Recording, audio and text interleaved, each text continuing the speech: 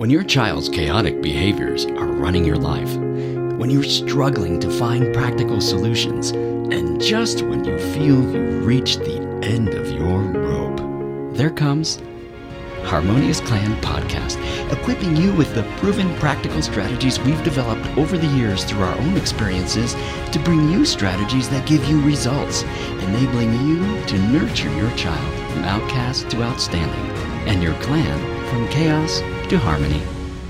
Welcome to Harmonious Clan Podcast. This is our intro series, From Chaos to Harmony, the Birth of our Harmonious Clan. This intro series includes 3 episodes that will help you understand what motivated us to create Harmonious Clan. In episode 1, we'll introduce the theater child and a story about a real event in our clan that sparked us into action to create Harmonious Clan.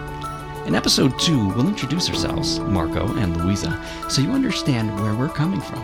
And in episode 3, we'll discuss more about our family background, introduce you to our clan, and follow up on our theater child from episode 1, discussing what we learned along the way and where the theater child is today. Make sure you listen to all 3 episodes to learn about the birth of Harmonious Clan, who we are, and the practical strategies we can teach you based on our real-life experiences. Visit our website at www.harmoniousclan.com to get a copy of our podcast download, the simple way to identify whether your child may be a sensitive divergent needs child. You can also learn more about us and get information about joining the clan. Harmonious Clan, enabling you to nurture your child from outcast to outstanding. Welcome to Harmonious Clan Podcast. I'm Marco. I'm Louisa. This is our intro series, From Chaos to Harmony, the birth of Harmonious Clan. What is Harmonious Clan? Let's tell our audience what Harmonious Clan is, what we do, and why we do it. I think that's a good idea. I think the best way to do that is to tell a little story about what actually happened in our life. Don't you think that's the best way to illustrate it? I agree. Yeah, I think before we get into our story, we want to tell everyone a little bit about Harmonious Clan and what it's all about. Harmonious Clan is all about equipping you with proven practical strategies we've developed over the years through our own experiences, with our trials and our errors, filtering out the noise and synthesizing what works, to bring you the proven strategies that give you results, enabling you to nurture your child from outcast to outstanding. We do this by resourcing you with our books, educational podcasts, a supportive community, speaking events, courses, and one-on-one consulting. This story was a story that was very heartbreaking and emotionally eye-opening for us, that it ignited our passion. And you may not notice it, but this story and stories like this are happening every day to many children. And it's directly impacting who they become the rest of their lives. And for us, we have a great love for children. We have 5 of our own. So to really know that this is happening and not being addressed is a driving force behind Harmonious Clan. Yeah, let's start telling them the story. Okay, so to set the scene for the story, I think first we need to talk about our son, right? Oh, yeah. Yeah, so our son, he's always been a performer. He's from a very young age. We noticed this. It's one of the sons, right? One of our sons, yeah, yes. Okay. You know, from an early age, from mimicking musicians he sees on stage to dramatically acting out, he's just always been in that mode. He really enjoys it. And it's always very amusing for us to see him and to hear him. You know, sometimes he's in his room and he's acting out these lines from these stories, and he really brings them to life in our home, right? And he was 5 at this time. Yeah. I mean, not only does he act these out, you know, Oh, right. Remember when he was always making all these things with cereal cardboard boxes, making helmets. Yeah, so, you know, we out of felt. He really likes to bring these things to life for himself, and he makes helmets and makes night masks and night helmets and he makes capes, and he's got these big crowns that he makes, and he's really pretty funny when you see him. Because if you see him, he looks just tacky, because it's a bunch of cereal boxes and scarf and one time he made a skirt because he wanted to look like a Roman soldier, and he put the thing on his head with the brush, and he's just funny. He's an amazing little guy, and he loves to do dramatic play, and many times he just draws in his siblings. Like I said, we have 5 children, 4 boys and 1 girl. and he just draws them in, and he's kind of the leader of this dramatic play. Suddenly he's transformed our, the clan of kids here to, they're all these knights of the round table, and our son is King Arthur, and he's there like leading this charge against the evils of the world. What does he say? He says things like, and it's funny because he's talking in an old English type of accent. Thou must be brave as we fight for our liberty against the evil that is invading our kingdom. And he's like, charge! And all the siblings are following him, and it's just hilarious. Cooking dinner, and suddenly an army comes charging through the house. Yeah, and it's just amazing to see how he enjoys this, and how he can pull his siblings into this dramatic play that he's doing. He's the good and the evil. Yeah, he's into the accents and everything. He's funny. He was looking forward to a camp. We had signed him up for this theater camp, and he thought it was just the greatest thing. And you can tell by the way he acts at home that he just loved this. And it was so exciting to him that he was going to be able to go there and like further explore his passion. He just really has this passion for dramatic play, and he enjoys it so much. It's funny because as he got ready for this camp, and he hadn't been to many camps up to this point because he's only 5 years old, but on the first day of his camp, he comes out of his room and he's just like, you'd swear he was going to some big event or to church or something. Right? The first thing he said to me, big smiley face, Mama, do I look dashing today? Yeah, he was dressed. He had nice slacks on. He had his belt. He had his nice button-down shirt, and of course, he had his favorite hat. And he had asked us for several days before that. He kept saying, can you wash my hat? Can you clean my hat? And we didn't know what was going on, but we did. And we washed it for him, and we found out that he wanted his hat to look really clean. He says, I want my hat to be crisp and clean because I want to look really nice for my camp. So he was really, really, really looking forward to this camp. He cared so deeply about this opportunity to go learn and explore one of his favorite passions, which was dramatic play.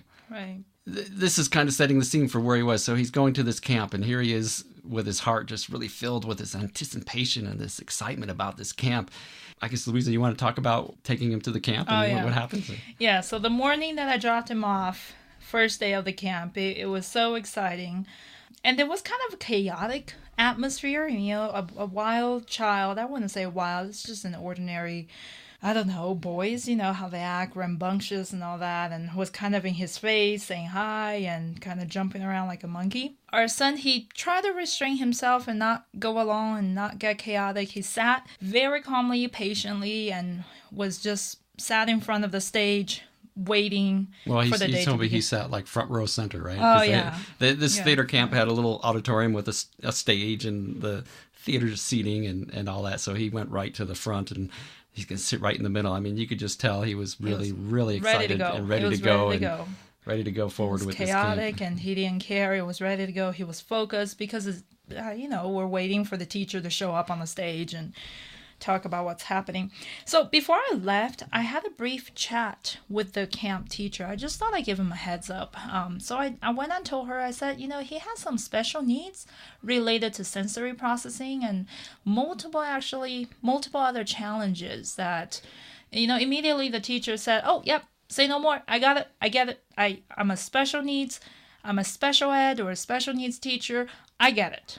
At that point, you kind of probably felt good that there was somebody there who knew what was going on. Right, I was afraid to leave, but then I felt comfortable, so I left. But before noon on that first day, I received a call from the camp director. That's something we always look forward to, right? Oh, yeah, this is the dread. So our son was screaming and crying hysterically in the camp director's office, and they couldn't do anything to calm him down. He wouldn't say anything. There was nothing to be done. He was just straight out screaming, shouting, crying. So at that time, you didn't know what was going on, right? It's just a phone call out of the blue, and they said this was going on. So what did you find out was really going on? Oh, yeah, After the fact, I found out that he was sitting in the front, and the child next to him smacked our son's face with the binder. And when our son reciprocated to try to defend himself, the teacher immediately sent him outside. So he didn't think there was anything wrong with what he did. He was just defending himself. He didn't feel He didn't understand why he needed to be sent out. So the teacher came to him, pulled his hand, pulled him out of his seat, and dragged him out to the director's office.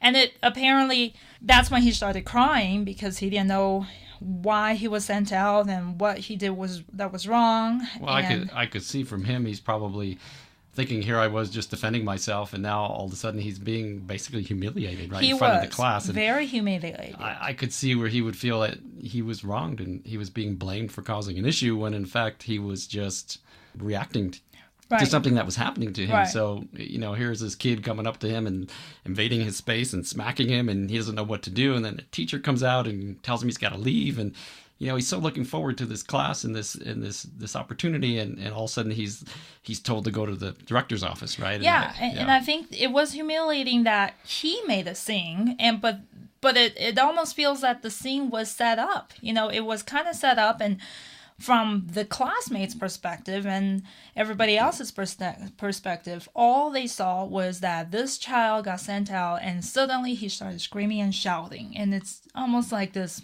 crazy kid. Yeah, and I just was thinking, would you think that part of that could have had something to do with the fact that you talked to the teacher ahead of time and told him he had some things, and maybe now she's absolutely, when she sees something happening, what's the first thing she's going to think? That, oh, it's this child with issues. Yeah. Right. He is the trouble. Yeah, I don't even think the teacher really knew what was going on, but I think it was... If something happens, it has to be the child that the parent warned me about. Do you think, but I think instead of... I really regret telling her about it, because instead of giving him some extra support, knowing that he has difficulties in certain areas, it was really used against him as a judgment. The minute something goes wrong, he's the one to get pulled out. I really wish I didn't say anything. Yeah, and I think the that behavior came up, and that created she's basically judging him based on what you told him, I would think. Right? I think so. So what happened after that? The rest of the class, because this was a 5-day camp. This was a 5-day camp. So the rest of the experience was, now everybody starts seeing him as this crazy monster, this child that just screams out of the blue. So no child really wanted to get close to him, and teacher didn't even try to engage him or to let him participate. So what I was told when I talked to the teacher was that, he wouldn't say a line, he wouldn't do anything, but then every night when he comes home and we talk to him, he always asks, so when can I have a part? When can I have a line? Yeah, I think he was starting to really feel outcast, right? He was feeling excluded, because every night he had a sibling that went to the class. His older brother went with him as well, and he was coming home with these binders with lines that he needed to practice, and our son came home too with it, and we say, well, which lines are you supposed to practice? And it always was like he didn't really... He didn't have a line. Yeah, he didn't have a line assigned to him, and we started wondering what was really going on. His brother told us that every child had 3 roles, and each role had various number of lines. And I said, well, so what is your role? And he didn't know. And so then when I talked to the teacher, they said he as it turned out, he doesn't have one. He doesn't have any role. He doesn't have a line. He doesn't have a part. Well, this was after like day 2 and stuff. We started questioning more what was going on when we were dropping him off, saying which lines does he have and what should he be practicing, right? Because this camp was going to have on the final day a final group performance, right? Right. Of the 5th day was going to be, they're taking the whole week to pull together a play. Yeah, and there were multiple little plays. They were going to do little segments of different well-known plays, and so we kept going back and asking, what lines should he be working on and all this kind of stuff, and weren't really getting clear answers, right? No. I think eventually you went over there, right?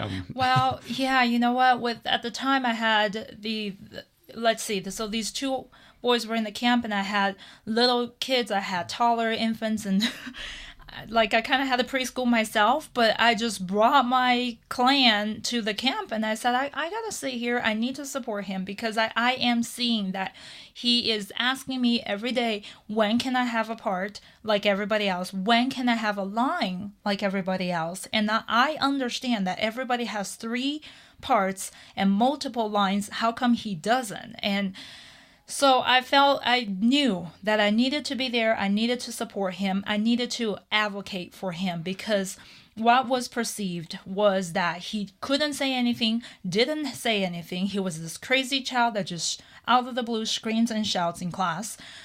Yeah, and I think we were starting to understand more every night when he was coming home and talking to him, that he was starting to feel like he was supposed to be doing something, but he wasn't getting the opportunity. Right. And to see, this boy who, is so passionate and so dramatic and loves this stuff and thought this was going to be the greatest thing, he was starting to feel, you could almost tell the feeling sad and kind of like about the camp and not really knowing what's going on. And we had to figure out what was happening. Well, he was asking like, well, when can I do this? When can I do blank? Like everybody else in camp. And I'm thinking, how come you can't? You're in the camp. Yeah, you can do it. But we found that he was starting to be kind of outcast from the rest of the group, right? He was not allowed to participate, right? And I think when you went there, you kind of saw what was going on. Right, and we also had a therapist that started going with him by, I don't know which day. Day 3, I think. Right? Yeah, and the feedback was, not only was he not even... When they were practicing, he wasn't part of it. When they were playing games in between all the rehearsals, they were playing games. People would sit in a circle, and they would kind of just push him out to the corner. Yeah, they were excluding him. He wasn't gonna be part of the game, and they weren't giving him any opportunities. When everybody grabs a cup, and I think when he was about to get a cup, people didn't think that he needed a cup, so he took it away, and he wasn't allowed to have a cup, and they all sat in a circle, and the circle closed with him outside of the circle, so he was pushed to a corner. He was out, kind of excluded, but he was also, they were giving him other activities that weren't related to the production, so everybody had roles to either lines or part of the production, doing lights, right, and doing the whole stage production, because that was the purpose of this camp. And we found out he was sitting in the corner with a table with a coloring book, with his head all the way down, coloring to no ends, never looked up, never. I think it was his way of escaping from the rejection and escaping from the fact that he doesn't belong here. And it was, it's sad because, here he was, he's this boy who just loves this kind of stuff and was so looking forward to this camp and being able to explore these things with a production and a real theater. And you could, just seeing it from his perspective, I could imagine what he was feeling like here I am, I'm going to do this. I love doing this at home. I'm going to have an opportunity to do it with other people. And suddenly he's been outcast from this group and pushed aside and not really participating. And every day he's forced to go to this camp and not doing what he wanted to do and not getting an opportunity and just being excluded from what was going on. Right. And the last day, and you know what? When I was there, I kept trying. I kept saying, no, give him a part. I talked to the teacher. I was such a big advocate. I went in and talked to the teacher. What part is he playing? Can we give him a part? And, I had to wait for her puzzled look, thinking, can he do it? I'm like, you know what? He wants to do it. Yes, he can do it. You need to give him a part. And I, begged for him to have one tiny little line. So every child got 3 roles. Each role had multiple lines, and he got only 1 role with a tiny little line. And during the rehearsal, so then we practiced. At that time, his confidence was completely crushed. So every night we would try to practice that one tiny line that he has. So then during rehearsals, as I hear it, when he would say that line so well, when we practice at home, but when we go to rehearsal, some other child, when the line comes up, another child will say the line for him. It was just, he had no chance to get his voice out. Yeah, I think the class in general and the teachers had, judged him and now had set this, this view of him, right? The that class, he's incapable. That he was not capable, but really he was never given the opportunity. And so they were looking at him this way and saying, well, he's not going to be able to do it. I'm going to do the line. And somebody else just set the line for him when the line came up during rehearsal. And then then they had these dances, the songs that goes in between the scenes, in between the plays. And everybody had a partner to dance with and make a circle with. And He didn't have a partner. I couldn't believe it. Every single child was paired. He didn't have a partner. During one of the rehearsals, he actually fell off the stage. Guess why he fell off the stage? Because he was pushed so far to the corner that in the middle of the dance, when the dance moves to the left side of the stage, he actually fell off into the curtain, and because he was so far off to the corner, I couldn't believe it. He was way in the back. And it was he just had a sad face there. The last day when they actually put on costumes, everybody got their costumes with the 3 different roles that they had. They weren't even going to give him any costume. Had our therapist now held his hand, walked up to the stage, and demanded that he get some costume. Okay, so I think before we get into kind of what happened on that last day of the camp and that performance, why don't we talk a little bit about what's going on from his perspective, right? We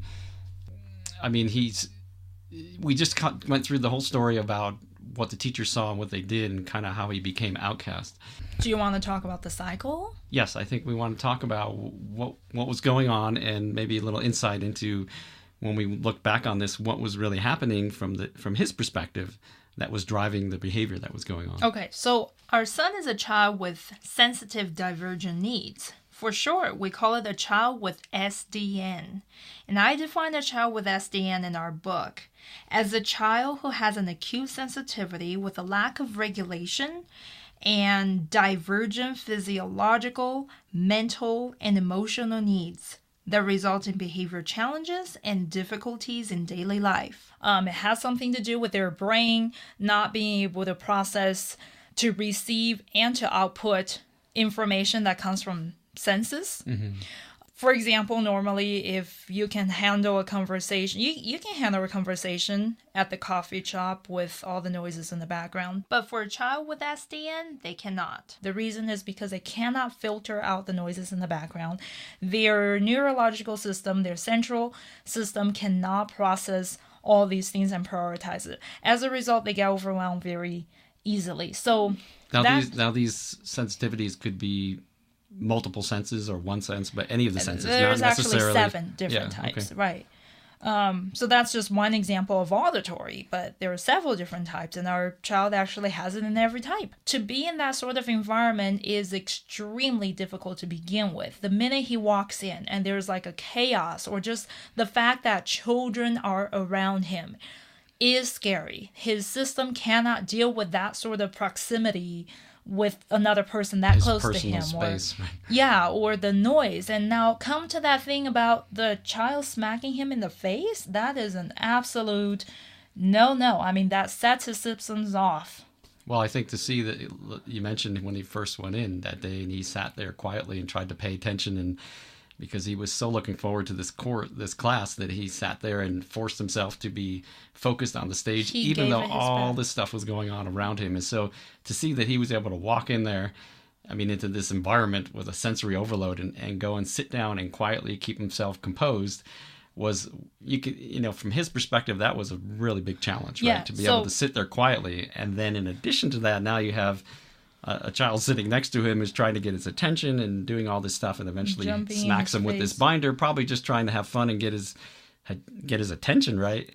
But to him, it's a giant sensory overload. Oh, yeah. To other kids, they can probably engage and start playing with him. But to him, it's like, gee, what's happening? His system is constantly in a combat mode because he doesn't know what's coming. Just to give you an example, there are children with SDN that it's typical that people think out of the blue they have a meltdown. But what you don't understand is, okay, when you walk from one room to another room and this child has a meltdown, you don't know what's happening. Well, I'll tell you what's happening. The other room had a more texturized popcorn ceiling. Mm-hmm. Do you even realize it? But to a child who has problem processing these things, their system can't handle this. The popcorn ceiling compared to the flat ceiling, they walk from one room to another. That's enough. They're melting down on the floor. This is how it is. Is that a question? Because you mentioned a couple times children with sensitive divergent needs. And I've heard many terms of the way children and adults are labeled, from ADHD to autism spectrum and all these kinds of diagnoses. But what do you mean when you say a child with sensitive divergent needs? In our download, actually, I invite you to go to our download for this resources. It talks to you. It has a list of characteristics of a child with sensitive divergent need. And there's also a very nice diagram that puts it into perspective for you. It basically, people label it ADHD. People have children with autism or bipolar disorder or a number of things, you name it, the things that are just epidemically increasing. And then there's sensory processing, but these children, they all have the similar sensory problem. But and this is a term that we put together to encompass what we consider to be the characteristics of what we've experienced with our children, as far as how these things come together, right? Yeah, and it's not necessarily a formal diagnosis or anything, but it's a term that can encompass bits and pieces of all these different things. And maybe your child doesn't have ADHD, but he does have particular sensitivities in certain areas. And this term, sensitive divergent needs, is we put together to encompass all these things, as these are the type of children that we've experienced and that we see there are things that need to be addressed. Yeah, it's the big umbrella of all the children that struggle with these type of things. And that in that big umbrella, you could have diagnosed ADHD, autism, and all these things, or you could have absolutely no diagnosis. Your child can still be in this category. It's just people who struggle with these things. So let's talk a little bit about what was happening from our son's perspective now, because we saw all this that was going on, the judgment, the exclusion. So let's look at it from his perspective. What is the cycle that's going on for a child in this situation? Yeah, there is a cycle. You need to see it before you get all the way at the end of the cycle. But the cycle starts with the child typically is challenged by the sensory input. So there are things that in the environment that is something that their internal system just cannot handle. They don't know what to do. It's a deficient system.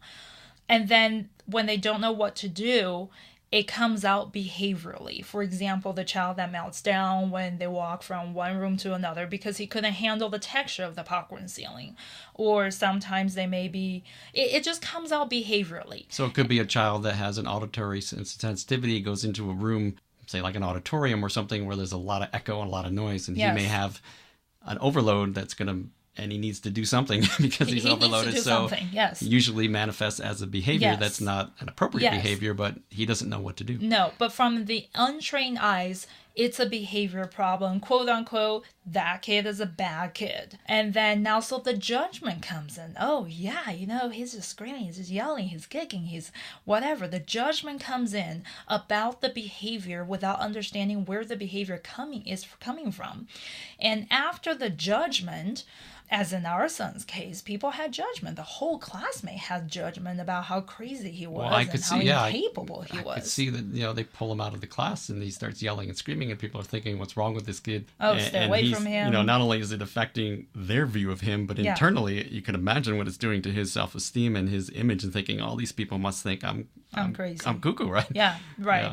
Yeah. And the judgment, sadly, it comes from the teacher too. Because the next step is exclusion. In the exclusion, where does it start? I mean, it's the teacher and the children. The rest of the camper close the circle on the game with him outside of the circle. The teacher, how did the teacher excluded him? By not giving him a role, not giving him a line, not even giving him a chance. So what does that do to him? I mean, well, if he gets excluded, now he thinks of himself as the outcast. He starts having thoughts in his mind that says, I don't deserve. I am not worthy. I don't belong here. I am not good enough. I mean, every night when I put him to bed and he talks to me, such desperate look in his eyes saying, when would I get to have a line? Or when can I? It just sounds like... You could tell he's feeling excluded, but doesn't know how to say it, right? But he's also feeling like he's unworthy. Yeah. I am not worthy of having a line. And when would I ever become worthy enough? And when would I be good enough to get a line? But son, you are good enough. It's not about you. But this is the image they start portraying to themselves. And then when I finally go fight all the way up to get him the line, he can't say the line because I'm not good enough to have a line. I think the thing to take from this is that he's feeling outcast. And here's a child who, from our experience at home, he's really an outstanding dramatic player, right? I mean, he knows how to do these things. And so this outside view and this judgment and exclusion that happens in this cycle you're talking about is making him feel like an outcast when really he can be outstanding. To see that this image and this cycle can dramatically impact him, which was one of the things we saw in this few days of this camp. And you could imagine if this keeps happening over and over in different situations because of their behavior, and these behaviors are caused by these sensitive divergent needs that they have, that people start to judge them, and then they start internally judging themselves and seeing themselves as an outcast, and they never reach that outstanding potential that they have. Right. If they don't believe in themselves, they can't. Come to think of it, funny enough, in 5 days we have transformed that child in a negative way, but that is what happened. So just this story and what happened to us, this was one of the driving forces behind where we started realizing, hey, this stuff is really impactful and can really affect him for his whole life when he starts getting this image of an outcast and not being worthy. And so that's when we really started developing these strategies and looking at ways that could actually bring out that outstanding aspect of the child, right? Because ever since that camp, he turned into a tiny cocoon. He never talked to people. He never went outside. Yeah, and we knew at that point we needed to do something and to help him, but also to help other people who are in the same situation. The other children, we wanted to be there to not let this happen to other children, to advocate for these kinds of children, to teach people and educate them the strategies that are going to turn this cycle around, right? You want to break that cycle of exclusion, the judgment and the exclusion. And the first step of that is addressing the behaviors by looking at what's really going on, right, and addressing these sensitivities. Right. Let's talk about day 5. What have we transformed our child? What has this camp, this experience transformed our child into? Yeah, and I think from when we talk about here now what's happening on day 5, day 5 was the last day of the camp. Here they've been working all week long on this group production. And here's our son, as we mentioned earlier, at home is this King Arthur, right? And he's this dramatic child out there. Fight for liberty. Play acting, and you can just tell this is something that's innate to him, that he has this ability to do this dramatic play and act. And we went to day 5, and this is what happened. Well, so while every parent, they were selling tickets, they had to get tickets to get in and waiting for the curtain to open, while every parent proudly watched their child shine on the stage in the final performance, I watched the show in tears of sorrow. As proud as other parents were with their kids, I was ever so proud of my son. Yet I was distraught knowing what he had gone through that week. So my heart ached as I watched my courageous and zestful King Arthur, who once really believed he was undefeatable and now became a dejected soul that no longer trying to squeeze a spot on stage. He wasn't even trying. And instead, he took his rightful spot all alone in a corner. This was the biggest despair for me was to see a child who believed he could be anything. Yeah, he was really transformed, I would say, from these 5 days of the camp. It was amazing. It was to see a child who believed he could be anything turned into a child who thought he was nothing. He thought he was no longer trying to squeeze a spot on the stage because he didn't think he had a spot. He didn't think he deserved a spot, so he thought he was nothing. And it was like during the camp where he was no longer participating even in the practices and the rehearsals. He had probably gone to the table and started coloring after doing that. He felt like that was his place, right? So this child who was this zest for being this dramatic player suddenly was accepting the fact internally that he wasn't qualified and that he should be here on the table doing whatever. Can you blame him? That's where people put him. And if you do that to a child enough, a child gets the idea, this is where I go. When everybody's on stage rehearsing, I go to the corner. That's my place. So you can tell this was a very emotional thing for both of us. We were both there watching this, and to see him and to see the changes that happened just from this process of behavior and the judgment and the exclusion, and that he became this outcast and started believing that the worst part is he started believing himself that he was an outcast and he wasn't, he didn't deserve to have a spot on the stage. And I think right then and there, I think you would say that would be the point that ignited this Harmonious Clan. Yes, right there and there, I decided that no child should ever be outcast and despondent like my child was that night. It was a big celebration for all the rest of the parents except for us. It wasn't a celebration. It was a very sad and very, very sad experience. It was a wake-up call. So at that moment, I set foot on my new path, a path to ensure that no child will ever be outcast for his or her differences.